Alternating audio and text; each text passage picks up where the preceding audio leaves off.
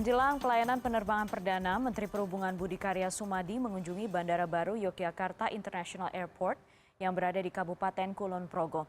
Didampingi Gubernur Daerah Istimewa Yogyakarta, rombongan melakukan pengecekan landasan pesawat dan terminal bandara. Didampingi Gubernur Daerah Istimewa Yogyakarta Sri Sultan Hamengkubuwono X, Menteri Perhubungan Budi Karya Sumadi mengunjungi Yogyakarta International Airport yang berada di Kecamatan Temon, Kabupaten Kulon Progo, Rabu siang. Menhub melakukan pengecekan terminal keberangkatan dan kedatangan dan landasan pacu pesawat atau runway yang memiliki panjang 3.250 meter. Runway ini mampu melayani jenis pesawat komersial terbesar di dunia seperti Airbus A380 ataupun Boeing 747 dan 777. Diharapkan pada saat pelayanan penerbangan perdana yang direncanakan besok, pesawat kepresidenan bisa mendarat pertama kali di Bandara Yogyakarta International Airport. Mengenai nama bandara yang awalnya New Yogyakarta International Airport, Menteri Perhubungan menetapkan nama baru yakni Yogyakarta International Airport. Kita akan menunggu waktunya Bapak Presiden. Kapan beliau punya waktu dan berkenan untuk landing pertama kali di sini. Karena kita harapkan Indonesia 1 itu yang landing di Kulon Progo. Gubernur Daerah Istimewa Yogyakarta mengatakan pembangunan jalan tol masih dalam proses pembicaraan. Pengoperasian bandara ini diharapkan bisa menunjang sektor pariwisata selain Candi Borobudur, yakni pariwisata yang berada di kawasan lereng Gunung Merapi dan Merbabu. Masuk ke Jogja Solo itu juga akan ada tol, tapi ini masih pembicaraan untuk menentukan lokasinya. Kesepakatan juga bagaimana pengembangan Jogja Solo itu dimungkinkan untuk dari Temon Prambanan ini juga ada yang tembus ke Manis Renggo di Klaten, terus keluar ke Sentolo, keluar ke Boyolali, ke Solo Tigo ya. Sebelum mengunjungi Bandara Yogyakarta International Airport, rombongan menteri dan gubernur juga sempat menjajal kereta bandara baru Solo Express yang berangkat dari Stasiun Maguwo, Komplek Bandara Internasional Adi Sucipto dan berhenti di Stasiun Kereta Mojo di Kecamatan Wates, Kabupaten Kulon Progo. Trijoko Purnomo, Kulon Progo, Yogyakarta. Menteri Perhubungan Budi Karya Sumadi mengakui selama ini imbauannya agar tiket pesawat diturunkan tidak digubris maskapai penerbangan sehingga harga tiket pesawat masih mahal. Sementara itu Komisi Pengawas Persaingan Usaha memperpanjang proses investigasi dugaan kartel tarif tiket pesawat dan kargo udara.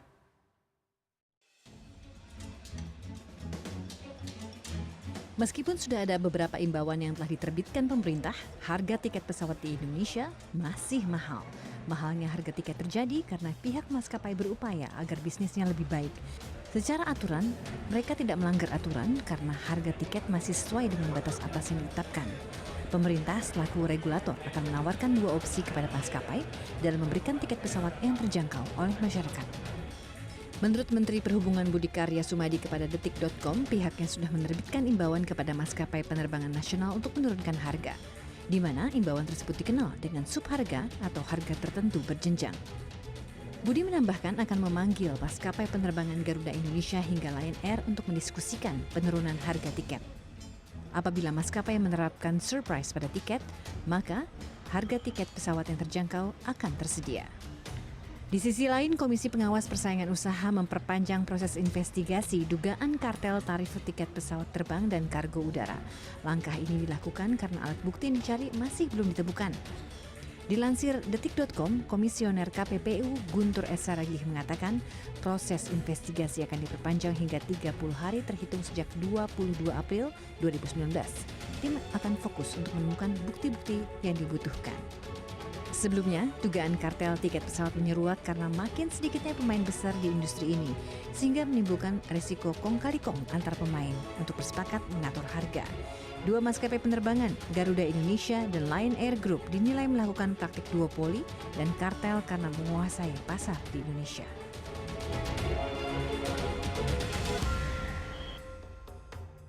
Harga tiket pesawat yang tinggi dikeluhkan banyak pihak. Dampaknya sudah dirasakan juga oleh dunia pariwisata domestik yang mengalami penurunan hingga 30%. Imbauan Kementerian Perhubungan tidak diindahkan maskapai. Mekanisme pasar dituduh sebagai penyebab drastisnya kenaikan harga ini.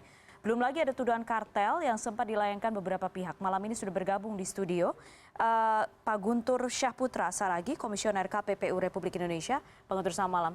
Terima kasih sudah hadir di sini. Dan juga ada Pak Sudaryatmo, Pengurus Harian Yayasan Lembaga Konsumen Indonesia YLKI. Pak Sudaryatmo, terima kasih sudah hadir. Saya ke YLKI dulu. Sudahkah ada informasi atau temuan atau laporan yang diterima YLKI sejak harga tiket pesawat melonjak naik sekitar akhir 2018 kira-kira? Ya, kita mengumpulkan dari beberapa sumber ya. Pertama dari konsumen. Dari konsumen memang beberapa penumpang itu yang sebelum kenaikan itu punya program-program yang bisa memberangkatkan rencana-rencana ya. Memberangkatkan personil lebih banyak itu harus memangkas separuhnya kan gitu loh. Jadi misalnya teman-teman LSM yang di bidang kebencanaan itu sebelumnya punya tim yang begitu ada bencana bisa mengirim, tapi begitu ada pesawat itu langsung dia nggak bisa mengirim personil. Kemudian yang kedua kita juga komunikasi dengan teman-teman airport operator airport itu memang penurunannya cukup beragam dan itu juga akan sangat tergantung pada karakter dari penumpang bandara gitu loh. Jadi misalnya kayak Bali itu internasional dia nggak begitu berpengaruh, tapi domestiknya sangat berpengaruh. Kemudian di domestik itu kita juga pilah-pilah lagi dari sisi segmentasi penumpang. Jadi kan penumpang itu kan ada 3, ada dia bisnis, ada urusan keluarga sama government kan. Government, gitu. Jadi kalau bandara-bandara yang penyebaran penumpangnya merata, dia nggak begitu terpukul. Tapi kalau penerbangan yang dia itu kebanyakan di-drive oleh government spending, sangat terpukul. Misalnya bandara mana? Jadi misalnya kalau di Indonesia Timur itu misalnya El Tari Kupang, itu sebenarnya driven penumpang itu sebenarnya pariwisatanya belum tumbuh, bisnisnya juga belum tumbuh, lebih ke government spending kan gitu loh. Government spending. Jadi itu walaupun memang kalau di government spending itu juga di bulan Januari sampai April itu memang pengeluaran uangnya memang belum cair. Jadi memang itu yang musim-musim sepi lah kalau di government spending. Tapi kalau nanti November Desember itu yang jor-joran lah kira-kira gitu. Tapi kalau misalnya keluhan yang datang ke YLKI itu terkait dengan tiketnya yang terlampau tinggi atau kenaikan yang drastis atau dua-duanya? Sebenarnya begini, kalau di dalam 3 bulan terakhir itu jadi lebih ke belanja konsumen untuk transportasi gitu loh. Kalau dalam konteks penerbangan itu ada 2 yang sekaligus, tiketnya naik sama bagasi berbayar. Walaupun bagasi berbayar itu policy airline masih beda-beda, tapi itu juga mempengaruhi spending konsumen di dalam cost untuk transportasi tadi kan gitu. KPPU kemudian juga sempat kemudian ada tuduhan-tuduhan kartel, sudah sempat juga menginvestigasi perkara kargonya sudah naik tingkatan ininya ya, Pak Guntur. Saya jelaskan untuk kargo, jadi kita untuk penerbangan cukup banyak ini. Kalau dalam tahap penyelidikan kita ada 3 potensi perkara. Yang pertama itu tiket yang dilakukan oleh beberapa maskapai, dugaan kesepakatan harga. Kesepakatan harga, iya. Harga pasal 5 Undang-Undang 599, berikut juga dengan kargo. Kargo juga sama, juga dugaan kesepakatan harga oleh maskapai. Yang ketiga yang sudah sampai diinvestigasi rangkap jabatan Garuda dan Sriwijaya. Karena memang sesuai dengan pasal 26 itu berpotensi melanggar. Ketika beberapa direksi Garuda atau komisaris merangkap jabatan di Sriwijaya. Karena akan berpotensi menyalahgunakan posisi dominan. Terkait kartel sudah berjalan, tanggal 22 kemarin kita sudah expose ya. Dari investigator kita sudah expose terhadap progres yang mereka sudah temukan. Temuannya apa saja pada saat itu? Mungkin saya belum bisa sampaikan, masih proses penegakan. Tapi diperpanjangkan ya untuk kami perpanjang karena prinsipnya penegakan hukum ya. Jadi kita harus firm betul karena KPPU adalah penegak hukum administrasi dalam konteks persaingan usaha. Kita harus firm betul sesuatu yang memang kita sudah sangkakan itu memang sahih, valid gitu. Sehingga ketika proses persidangan pun nanti itu memang terbukti. Jadi Rakom kemarin belum yakin ya kita minta untuk lebih lagi mencari investigator kita dan kita kasih waktu 30 hari. Apa kesulitan yang ditemui teman-teman investigator sih di lapangan soal misalnya untuk tiket? Ya tentu saja sebagai penegak hukum kami harus menemukan 2 alat bukti. Nah, 2 alat bukti seperti kita ketahui KPPU tidak seperti lembaga pro justisia lain seperti polisi dan KPK. Kami tidak punya hak wewenang menyadap, menyita, dan menahan. Tentunya kami akan lihat kalau di pasal kan kesepakatan menetapkan harga. Pelaku usaha dilarang dengan pelaku usaha persaingan kesepakatan menetapkan harga. Kesepakatan itu tentunya kita harus punya alat buktinya. Dan itu masih proses pengerjaan di kami. Seperti yang kita ketahui dalam lembaga persaingan manapun, kadangkala menggunakan circumstance evidence, indirect evidence ya istilah lainnya. Dan tentunya itu perlu penelaahan yang lebih dalam lagi di kami. Dan ini melibatkan banyak. Kalau bicara tantangannya, karena ini beberapa pelaku usahanya banyak. Walaupun secara grup ada 2 grup besar, grup Garuda dan grup Lion. Plus AirAsia. Sriwijaya sebenarnya secara resmi kan juga belum. Belum. Justru persoalan Garuda dengan KSO dengan Sriwijaya itu yang kita permasalahkan. Karena bagi KPPU memang industri pesawat kita kalau sampai hanya pelaku usaha sedikit, itu berbahaya. Ya, karena prinsipnya potensi kartel itu akan makin besar untuk pasar yang makin terkonsentrasi. Nah, makanya kemarin kita juga AirAsia juga kan mengeluhkan di publik soal dia diboikot gitu ya. Untuk itu kita juga sudah masuk penelitian untuk AirAsia. Kita masih dalami ya, apakah memang benar? Karena kita anggap itu masih informasi di publik dan kami sudah panggil. Yang kemudian menjadi dalih atau banyak beredar di luar informasi ini adalah bahwa ini harga biasa saja sesuai dengan mekanisme pasar. Kalau sesuai dengan mekanisme pasar artinya mungkin ini pernah terjadi. Pernahkah ada kasus seperti ini ditemukan oleh KPPU sebelumnya? Pernah dulu industri penerbangan 2009 kita pernah hukum. Antara beberapa maskapai.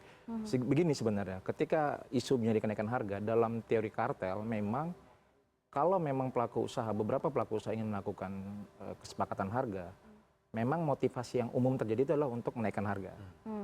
Karena pada dasarnya kenaikan harga itu harusnya mekanisme pasar. Kami juga sebenarnya tidak setuju dengan cara-cara kementerian untuk langsung menyarankan atau mengimbau dan segala macam, tidak. Karena sebenarnya yang terpenting bagi regulator itulah menyiapkan iklim industrinya yang sehat. Tidak ada persaingan usaha yang tidak sehat, industrinya sehat, efisien gitu. Jadi kalau hanya sekedar menghimbau itu hanya pragmatis.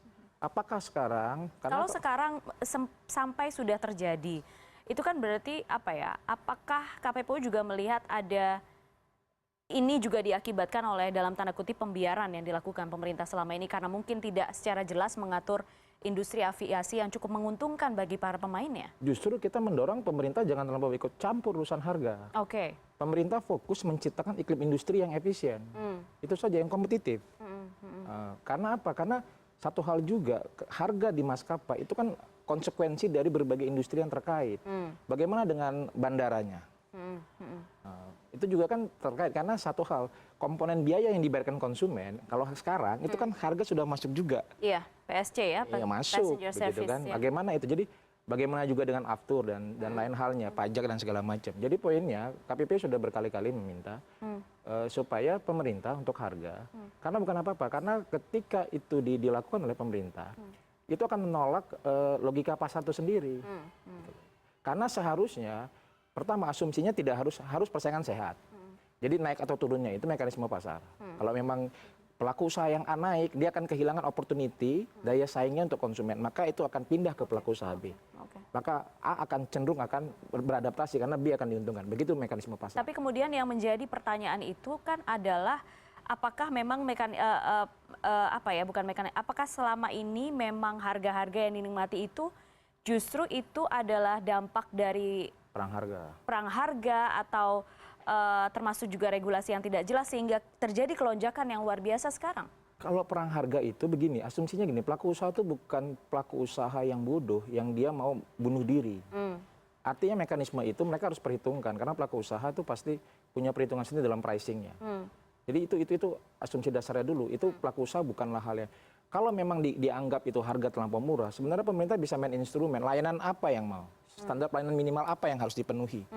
Jadi tidak ada kaitan, apalagi kemarin ketika maskapai jatuh gitu kan, tiba-tiba ini karena tarif LCC itu saya pikir low cost carrier itu saya pikir terlampau naif. Gitu loh. Karena apa? Tidak ada Gitu. ini ya. Karena pada dasarnya industri penerbangan itu kan memang ada syarat-syarat minimum soal keamanan. Soal safety yang harus Soal safety itu nggak akan yang- mungkin, nggak akan mungkin. Mana ada pilot yang berani terbang kalau memang dia tahu.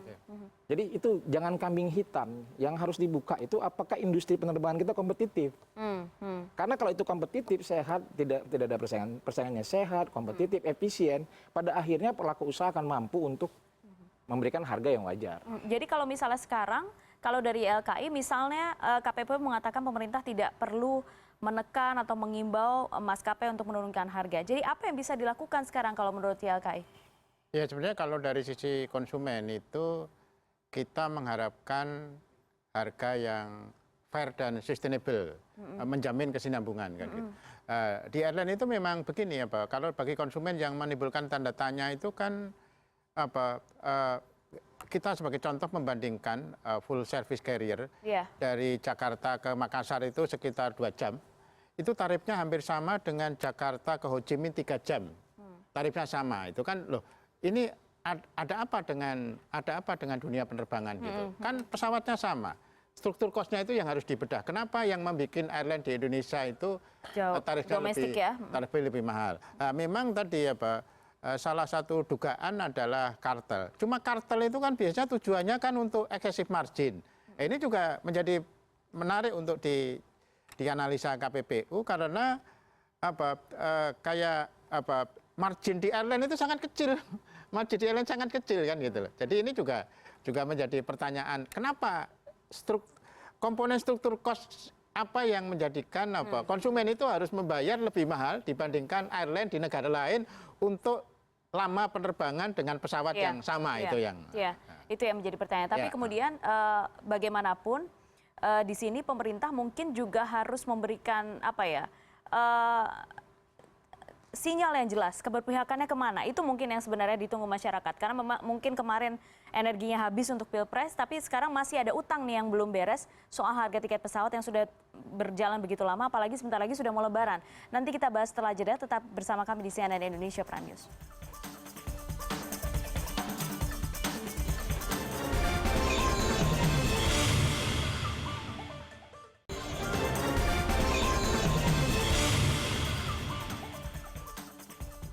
Anda kembali bersama kami di CNN Indonesia Prime News. Saya akan langsung menyapa anggota Komisi 5 DPR RI melalui sambungan telepon. Ada Pak Bambang Haryo Soekartono. Pak Bambang, selamat malam. Halo Pak Bambang. Mbak Dea. Iya, Pak Bambang, terkait dengan harga tiket pesawat yang tinggi, menurut Anda apakah pemerintah sudah maksimal melakukan upaya untuk menekan ini? Ya,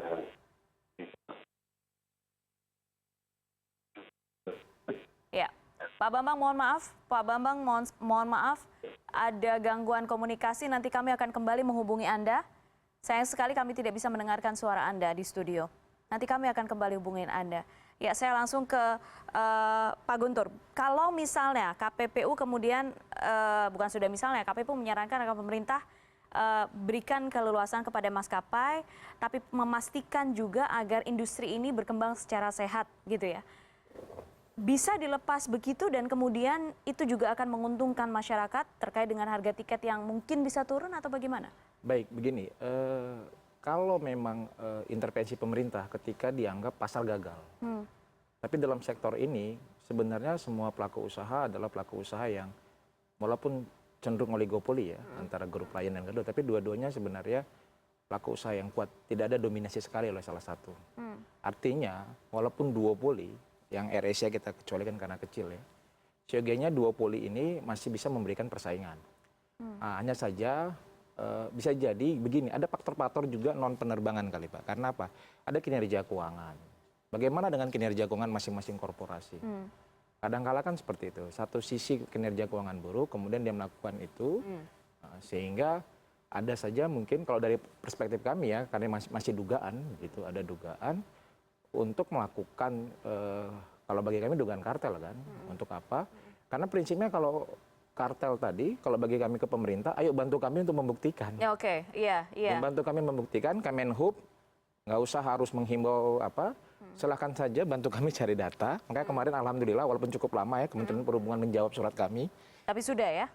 Alhamdulillah sudah, kami ingin memastikan saat itu apakah ini adalah konsekuensi dari kebijakan Kementerian Perhubungan. Apakah memang ada diminta untuk pelaku usaha untuk bersepakat? Alhamdulillah tidak. Jadi kalaupun ini memang temuan kami ada, ini murni dilakukan oleh pelaku usaha. Jadi ketika memang ini nanti bisa terbukti, satu hal begini, di persaingan itu mungkin dendanya sedikit, hanya maksimal 25 miliar. Tapi di dalam bisnis internasional, dihukum oleh lembaga persaingan, itu adalah hukuman non-finance yang lebih berat lagi. Itu bisa macam-macam dalam hukuman, terutama kalau... Karena kredibilitas ya mungkin ya? Kredibilitas karena terkait juga maskapai-maskapai ini terkait dengan pembiayaan leasing penerbangannya, pesawatnya. Itu melibatkan pembiayaan internasional. Jadi kita berharap... Jadi nanti kira-kira setelah misalnya dari penyelidikan, naik ke penyidikan, misalnya kemudian sudah pemberkasan, sudah bentuknya berupa apa kalau biasanya dari KPPU? Jadi penyelidikan ketika memang nge-firm 2 alat bukti, kita naik ke pemberkasan nanti masuk persidangan. Di persidangan pun nanti pelaku usaha juga diberikan kesempatan membela diri. Jadi ini masih dugaan sifatnya. Karena prinsipnya di persaingan itu ada reasoning secara bisnis. Jadi pelaku usaha diberi kesempatan untuk menjelaskan apa reasoningnya. Tentunya saja kalau itu reasoning tadi menciptakan lebih efisien, itu masih kemungkinan bisa diterima. Tapi kalau tidak, tetap itu masuk pelanggaran. Dan kita berharap ini tidak lagi dilakukan. Gitu. Karena apa? Karena kartel itu atau kesepakatan harga ya, kalau di kita agak dipisah di undang-undang kita, harga itu di pasal 5, itu dampaknya luar biasa. Gitu. Jadi beda dengan himbauan-himbauan, ketika memang sudah melakukan kesepakatan, itu pihak manapun akan sulit masuk. Gitu. Kenapa? Karena satu dan sama lainnya saling membuat perikatan untuk membentuk harga yang pada akhirnya merugikan konsumen. Jadi kita himbau pemerintah, Kementerian Perhubungan ya sudah bantu KPPU saja. Karena kami kesusahan juga alat bukti ya, data dan segala macam.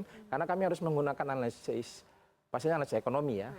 Bagaimana kalau andai kata kami seperti KPK barangkali mudah, gitu lah. Mudah mengatakan ini maju atau tidak, gitu ya. Belum tentu juga iya ya. Tapi karena itu kami masih proses itu.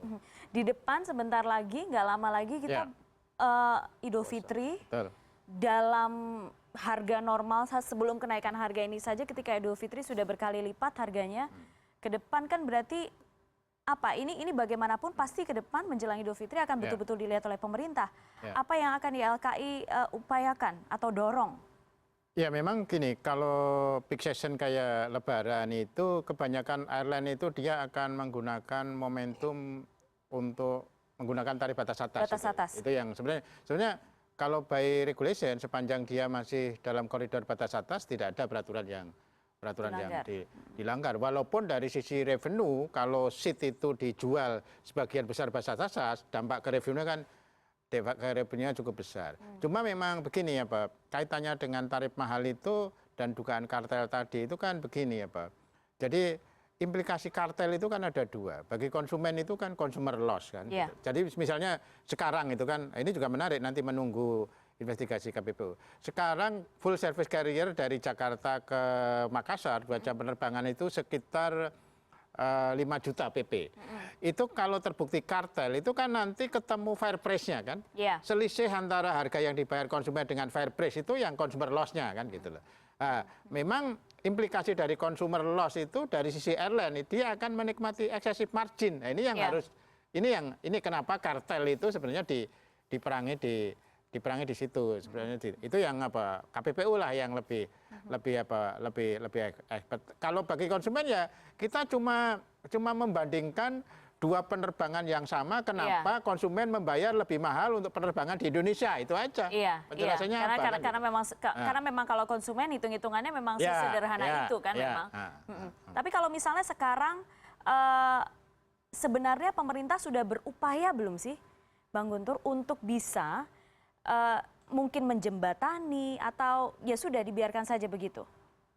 Agak aneh sebenarnya pemerintah hari ini contoh, katanya menghimbau nurunin harga, tapi batas bawah dinaikin dari 30 ke 35. Nah itu dia maksud saya, jadinya kan agak berlawanan kan, maksudnya dari niatannya, tapi kemudian dengan kebijakan yang keluar. Iya, apalagi begini, kalau secara prinsip KPPU tidak setuju ada batas bawah, karena itu kan semakin memperkecil ruang inovasi bagi pelaku usaha untuk menetapkan pricing. Pelaku usaha kan bukan orang bodoh yang mengatakan kamu tuh jangan di bawah 30 yo, kamu tuh rugi nanti. Mereka juga bisa ngitung sendiri.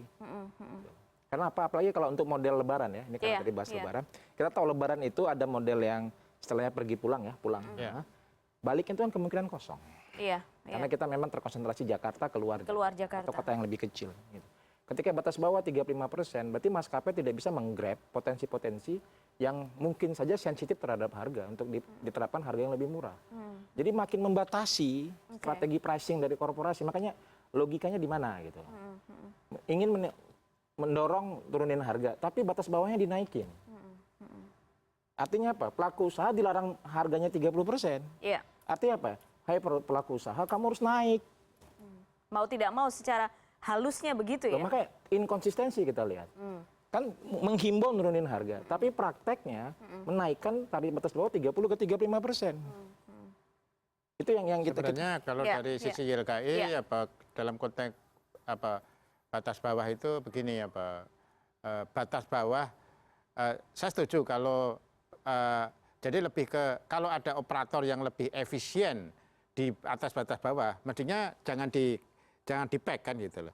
Tapi juga begini harus jangan sampai batas bawah itu sudah masuk ke kategori predatory pricing. Nah, ini yang juga harus. Cuma menjadi problem apakah itu tugas Kementerian Perhubungan itu yang mungkin saya klarifikasi ya. Batas bawah itu bukan soal efisiensi, karena kita lihat macam-macam model bisnisnya. Batas bawah ini TV ini tidak boleh tayang karena tarifnya Rp0. Kalau diatur batas bawah, karena setiap bisnis punya model tersendiri. Sama seperti tadi, Jakarta ke Medan itu penuh. Tapi itu pesawat harus balik ke Jakarta lagi karena ada Jakarta Medan lagi. Ketika dia balik itu ada idle capacity. Justru disitulah strategi inovasi maskapai untuk mungkin saja harganya dibuat jauh lebih rendah lagi dari batas bawah. Karena apa? Karena itu idle capacity, pulang kosong. Justru pemerintah membatasi hak konsumen untuk mendapatkan harga yang lebih murah mungkin ya. Itu bukan soal efisiensi karena model bisnisnya beda-beda. Di sini juga di satu sisi pemerintah mengatur batas bawah, tapi pemerintah itu juga tidak bisa akses jadi gini, kalau di pesawat itu kan dia ada load factor, ada subkelas kan gitu. Subkelas ini yang menjadi rahasianya airline yang pemerintah nggak bisa mengakses. Ini juga persoalan. Makanya kan jadi dari situ sebenarnya lagi-lagi persoalan tidak mudah untuk menentukan jadi dari sisi finance jadi dulu ketika airline menentukan harga itu kan dia subsidi dengan rute lain. Kemudian ini yang pemerintah sendiri juga kesulitan untuk mengakses. Dan memang pemerintah tidak perlu harus masuk. Pemerintah yang perlu gini, industri maintenance, perbengkelan. Jadi jangan hanya lihat di atas gitu loh. Apakah biaya bengkel kita untuk pesawat kita itu mahal dibanding yang lain? Apakah kompetitif? Gitu, leasing dan segala macam. Ini ada berbagai komponen struktur industri di sini. Apakah bandara-bandara kita tuh sudah cukup layak harganya segitu? Pertanyaannya juga sederhana, apakah kita layak juga untuk bandara semahal itu? Contoh low cost carrier. Low cost carrier kita tidak berpihak gitu loh. Kalau kita lihat di Malaysia ada khusus low cost carrier. Kalau memang ada konsumen yang membutuhkan harga lebih murah, tidak perlu harus masuk bandara yang begitu mewah. Karena dia sudah tahu saya bayar harga murah, saya tidak dapat begitu. Jadi dukungannya kemana gitu. Ini kan yang ada hanya untuk meredakan emosi publik, tapi tidak sesuatu yang substansi. Dan tidak menyelesaikan masalah juga gitu ya. Kayak seperti Aptur. Apakah Aptur kita menjadi industri yang jadi pusat dari pelaku-pelaku usaha di ASEAN? Misalnya Aptur itu ngisinya di Indonesia, sehingga industrinya efisien. Itu yang harus menjadi. Jadi bukan hanya di permukaan seolah-olah hanya saya akan himbau turunkan harga, batas bawah dinaikkan. Jadi sebenarnya kan kalau dari catatan YLKI kan harga itu kan secara sederhana kan cost ditambah margin kan. Yang harus dilakukan pemerintah itu bagaimana mengefisienkan cost tadi sehingga biayanya turun kan. Cost itu bisa dari sisi airline, bisa dari sisi airport, bisa dari itu yang harus industrinya. Itunya yang cost-nya itu yang harus diturunkan. Kalau cost-nya turun dengan margin yang sama pasti tarifnya turun gitu loh. Dan ini menurut YLKI selama ini pemerintah masih belum bisa mengefisiensikan atau memberikan regulasi yang jelas soal itu terkait dengan cost yang selama ini ada.